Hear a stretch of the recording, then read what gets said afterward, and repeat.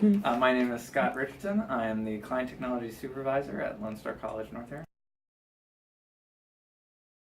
Pretty much all of our servers are virtualized, and we literally have hundreds of them across the system. So really what the capacity of each individual one isn't really a straightforward question. Is it to say we have hundreds of terabytes, if not petabytes of storage available to us. Between campuses, we have 10 gigabit pipes. Out to the internet, we have 5 gigabyte pipes. And locally, from wired computer to wired computer on a campus, we have either 100 megabits or a gigabit. We have around 88 computer labs. Across the whole campus, we have around 3,200 computers. We do have a disability services / assistive tech department on campus, which is primarily for students. They are the ones who basically facilitate getting the right hardware, software to the right place where a student needs it to be. So we get a big chunk right at the beginning from the just overall budget. And then more when they break it down to the individual campus OTS offices. It also depends a bit on what technology is at each campus. Since we do regular technology refreshes, part of our budget does come from the individual department budgets that have technology. OTS sponsors a grant we call the CTAC grant, and that one is funded by OTS. I believe the funds just basically come from the system level. And then there are other just smaller grants. I couldn't even begin to name them all, but that faculty will go after themselves.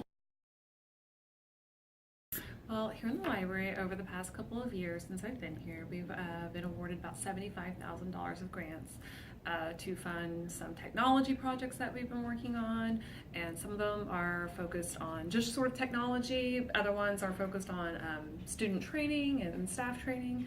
We were awarded a grant to buy a 3D printer, and we were awarded a grant right after that to fund a maker space. And by that I mean anything you can do when you walk into the space. And what we've done with it is try to focus on how we can support the curriculum. We also have some fun things over there too. So we have a lot of 3D design. That's our most popular concept in the space. And we also have a virtual reality concept.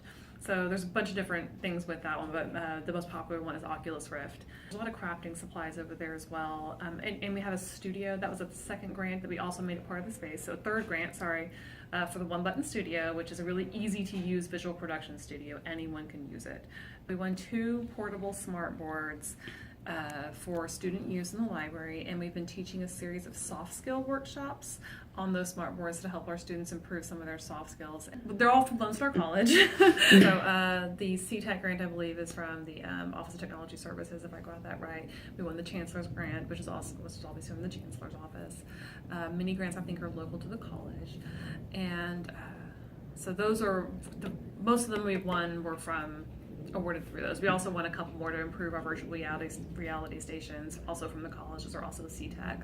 So those were good technology grants. Basically, everything should theoretically start with a ticket, which is either generated by the person with the problem or through our help desk. A ticket would be sorted as either an incident or a task, basically an incident being a break-in service and a task being anything else that's supposedly less time sensitive. The tickets then come to us, either our queue manager or the individual techs can be checking it. It will be assigned to a tech who will go out, investigate, do what needs to be done. My name is LaShonda Craig. I work for Lone Star College North Harris, and I am the Client Technologies Technician 3. When I was part-time, our ticketing system was SunGuard, and it was outsourced. Then later on, early 2012 mostly, we went to ServiceNow, or as it's called for short, SNOW. And our help desk is internal, which is 24 hours, 7 days a week. That's great because somebody from Lone Star College system you're talking to. You're not talking to somebody way in Florida or way in Tennessee or Nevada. You're talking to somebody who, and it's housed at University Park. So it's here, it's in the system, people know you, you don't have to worry about being afraid to give your information.